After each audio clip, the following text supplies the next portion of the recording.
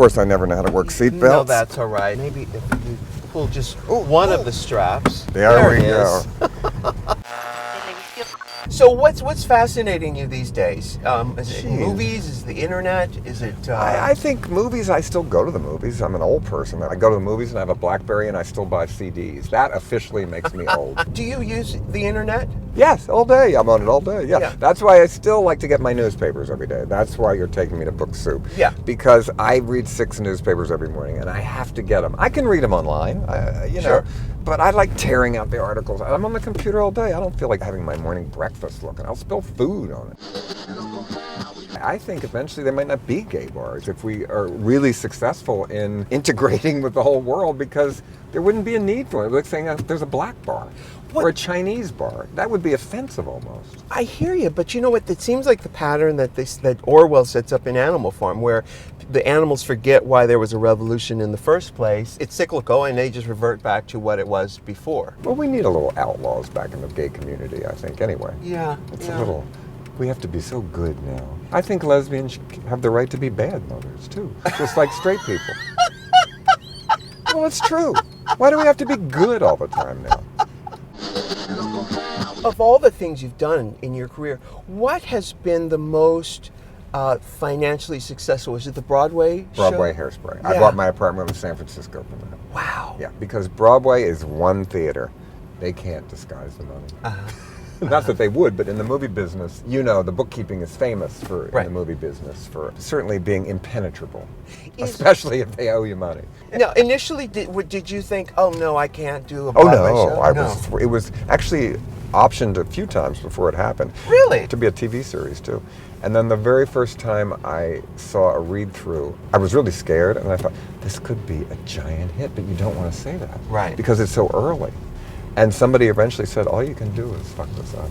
Yeah. Because it's somehow, from the beginning, it seemed to work. And that was because of the talent of the people that did it. I don't know Broadway shows, I learned really a lot from doing it. Is there another movie of yours that would lend itself to a Broadway show? Well, Crybaby became one, and I thought they did a great job. We got 4 Tony nominations, but it was a failure. That ended my Broadway career. As soon as you have one that doesn't work. I think Female Trouble would be a really great Broadway show. Well... About capital punishment? A comedy about capital punishment? Hey, man, it can work. Yeah, I think it could. Believe me, I'm ready. I want them all out there working. Did you want good reviews? But from the right critic. But see, then, the word straight used to mean something very different. It meant unhip. Right. It wasn't a gay or straight thing. It meant like you were a hippie or not a hippie, kind of, or that kind of thing. So from the critics, like Rex Reed, who we celebrated his bad reviews, he would say, like, where do these people come from? Where do they go when the sun goes down? Isn't there a law or something? You can't get a better review than that for a movie like Female Trouble. Yeah, right. Now, it wouldn't have worked for Hairspray.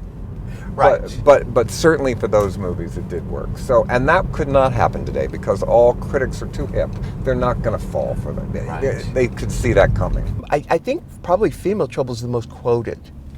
Probably. It has some of the rudest dialogue in it, yes, certainly. Does it still make you laugh? It can make me laugh. I especially like to see it in a country I've never been to see that they laugh in Finland at the same thing. I've watched things that have a double entendre with people who are from another country, and they don't understand the sort of camp value because they weren't in on the joke. They don't know what it's parodying, Sometimes. I mean, even with Crybaby, when Crybaby came out, that was kind of supposed to be a parody of an Elvis movie. The young girls that were screaming for Johnny Depp at that time from that television show had never seen an Elvis movie. Right. So you're right. I don't know that they got that. They might have still enjoyed the movie, but maybe they didn't get it on 2 levels, or who knows? You never ask why people like it. You just the same way I had a producer once that said, when you get a deal, you never ask why. It's when you don't get it, you ask why. And when they say yes, run. Yeah. Before they change their mind. Cash that check. Yeah. Run.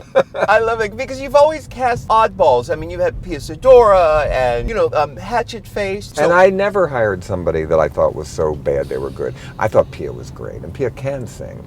And Pia had a sense of humor about herself. And she played a beatnik reading Howl. Who ever thought that you'd see Pia Sedora reading Howl? Yeah. Even Allen Ginsberg was uptight to give me the rights to do it. He said, you're making fun of this. I said, I'm not. I love everything I put in my movies. I never look down on it. I do like Pia Zadora for real. And Howl, are you kidding? That poem got me through high school when I read it.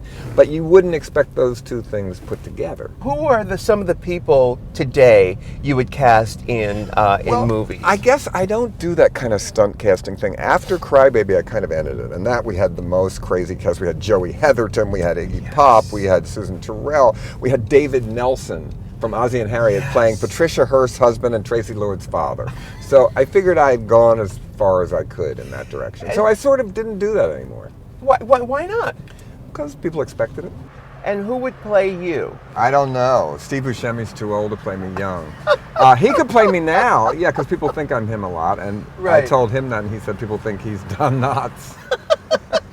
Do you get recognized for the wrong person ever? People know that I am somebody. They don't know who I am, but they know that there's something up.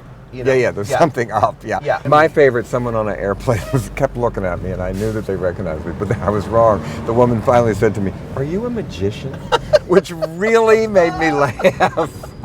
You know, I thought she was going to pull a rabbit out of a hat or something. So it was really a funny line. And don't forget to subscribe to WOWPresents.